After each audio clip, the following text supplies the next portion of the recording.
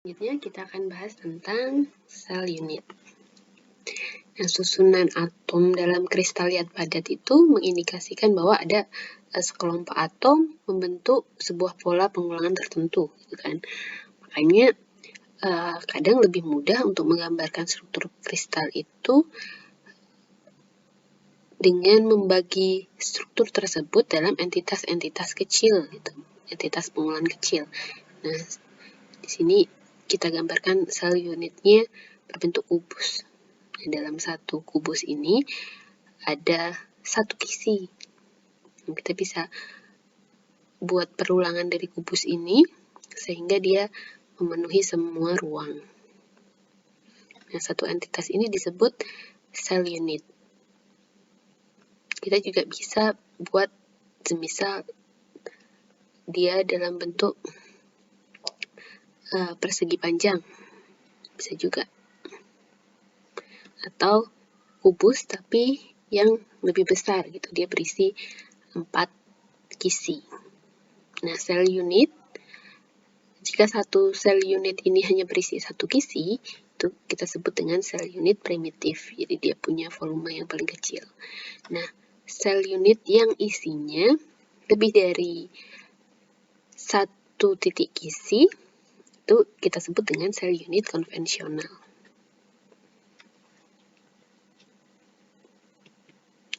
Nah, bentuk dari atau pemilihan bentuk sel unit ini itu tidak unik, gitu. Jadi tidak harus selalu dia bentuknya kotak, tapi bisa juga dia seperti ini.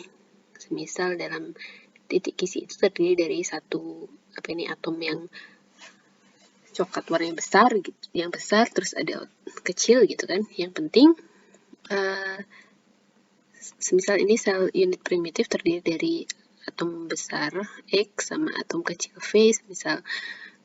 Yang penting satu kotak itu, entah gimana pun kotaknya, bisa ke arah sini dan ke sini, bisa sini, sini, dan sini, atau bentuknya bergelombang, gitu.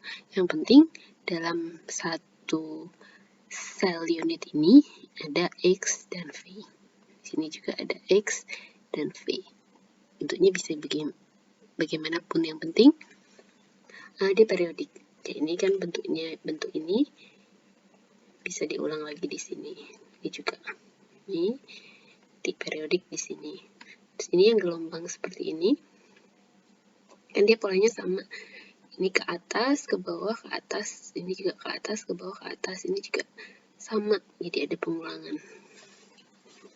Jadi kita bisa membuat sel unit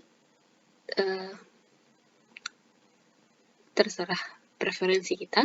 Yang penting dalam satu sel unit itu dia dikatakan primitif kalau dia mengandung satu titik isi. Nah, ini bagaimana kita membentuk sel unit. Sel unit bisa jadi dia kotak yang di dalamnya ada satu titik isi. Atau ada cara lain, yaitu dengan menghubungkan titik-titik isi ini. Nah, baik ini maupun ini dan ini itu sama-sama sel primitif, sel unit primitif, karena hanya berisi satu aja. Loh, yang ini kok nggak 4? Gitu kan, pasti ada yang nanya. Ini sebenarnya ada 4, karena ini dia ada 1/4 lingkaran di sini. Kalau ini kan titik isinya ada di tengah, jadi dia utuh. Sedangkan kalau di sini kan dia hanya di pojokan saja, jadi dia hanya 1/4 aja di sini, 1/4 di sini. Jadi berapa? 1/4 tambah 1/4, setengah, tambah 1/4 di sini, 3/4, tambah 1/4 jadi 1. Jadi totalnya dalam satu sel unit ini ada satu isi. Di sini juga sama. Kan sudut ini sama dengan ini. Ini sama dengan ini. Nah, kalau kita total semua sudutnya, itu nanti akan sama dengan 360. Jadi kalau semisal bola, titik isi gitu, kita gambarkan bola. yang ini 1, misalnya 1 itu di sini. Ini sama dengan yang di sini. Jadi ini bagian 1, bagian 2, ini bagian 3, 4, ini misal 2, 3, 4. Totalnya ya 1 titik isi gitu. Jadi sama. Ini sel unit primitif bisa jadi dia melingkupi 1 titik isi, 1 titik isinya di tengah, atau dia melewati titik-titik isi itu. Nah, biasanya paling sering dipakai justru yang ini daripada yang ini. Tapi kita boleh membuat sel unit primitif yang seperti ini, atau ya seperti dua bentuk ini. Ini kan jejer genjang atau kubus. Nah, ada satu cara lagi, namanya Wigner stage construction. Jadi cara mengkonstruksi sel primitif berdasarkan ini Wigner stage ini. Caranya adalah kita tentukan dulu 1 titik isi sebagai yang mau kita lingkupi. Jadi ini titik isi utama. Kemudian kita hubungkan titik isi ini ke titik isi terdekat.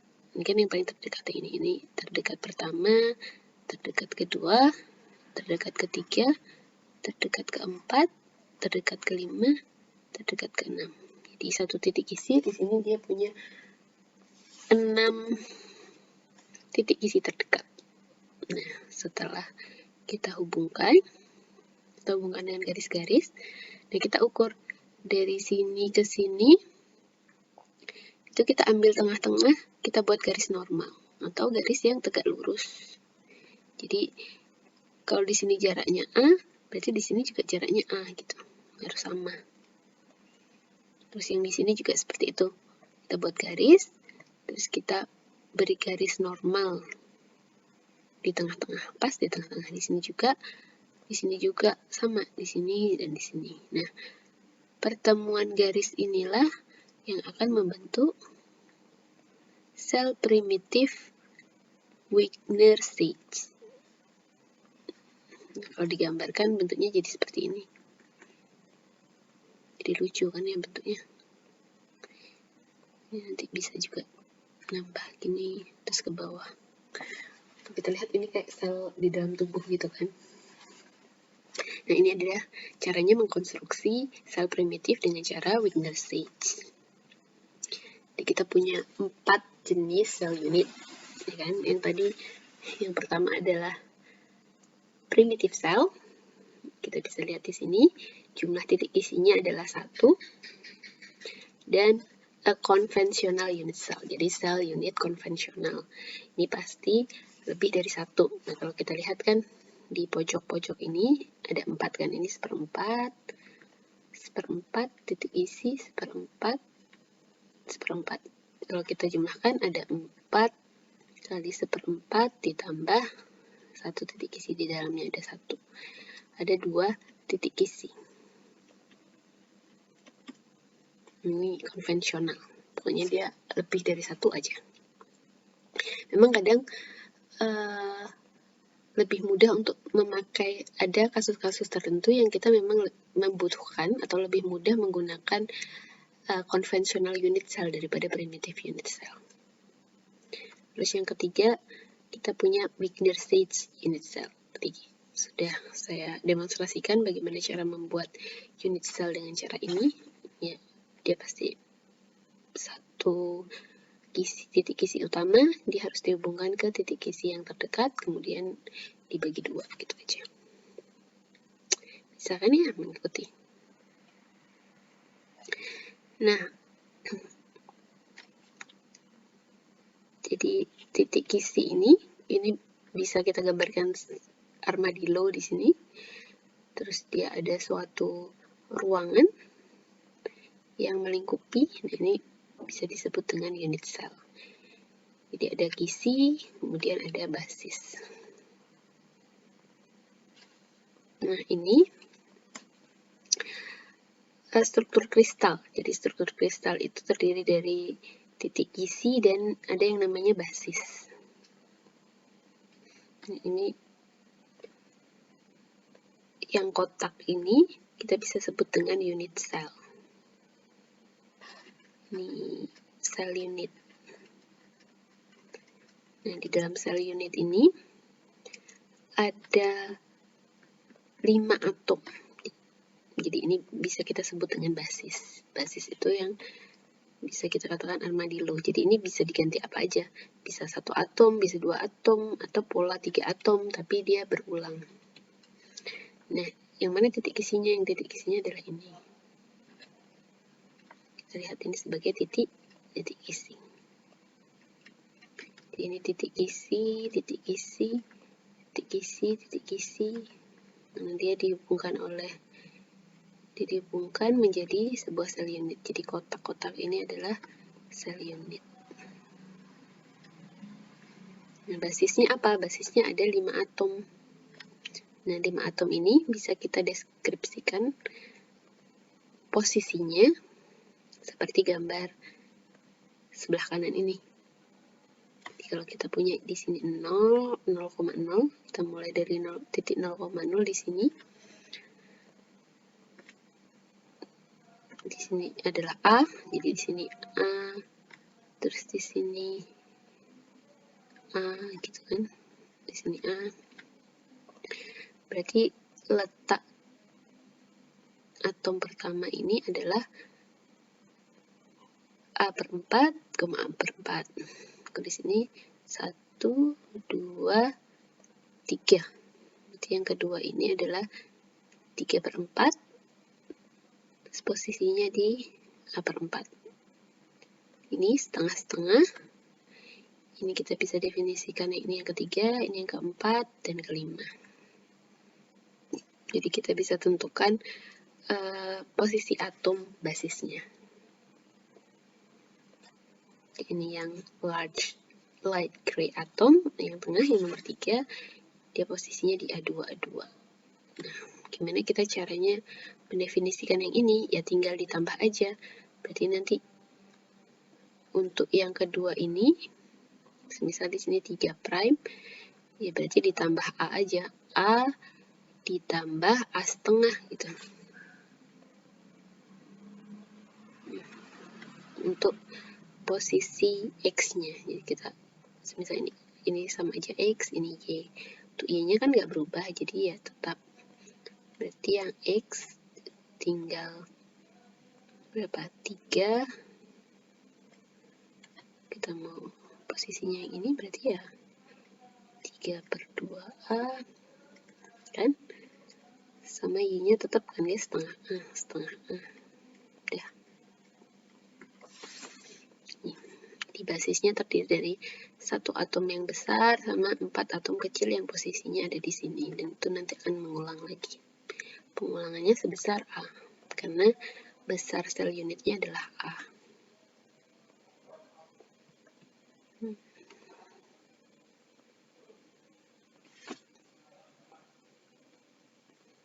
Nah, ini kita bisa mendefinisikan posisi atomnya di A, N kali N1 di X sama Y. Jadi dia pasti akan pengulangan dari A. Jadi yang light gray, yang tengah, itu AN1, AN2 plus A per 2, A per 2. Pasti dia di Y-nya di A per 2, A per 2. Hanya pengulangan saja, pengulangan. Jadi kalau tadi kan hanya ke kanan, jadi pengulangannya hanya AN1 aja. Tapi kalau dia semisal ada di atas ini, ya dia 2 kali. Berarti kan di sini 1, terus ke atas 1 kali. Berarti 2, terus di sini juga 2. Jadi tinggal ditambahkan dengan basisnya ini. Maaf. Kayak ini kan ditambah 1A gitu. Kalau dia pengulangan pertama, kalau dia pengulangan kedua ke kanan, ya ditambahkan 2A gitu. Ini juga sama. Jadi N1, N2 ini tergantung dia pengulangan keberapa. Kalau N1 berarti dia berapa pengulangan ke kanan, sedangkan N2 berapa pengulangan ke atas. Oke. Itu kristal. Jadi kristal itu adalah berarti struktur kristal itu punya isi sama punya basis.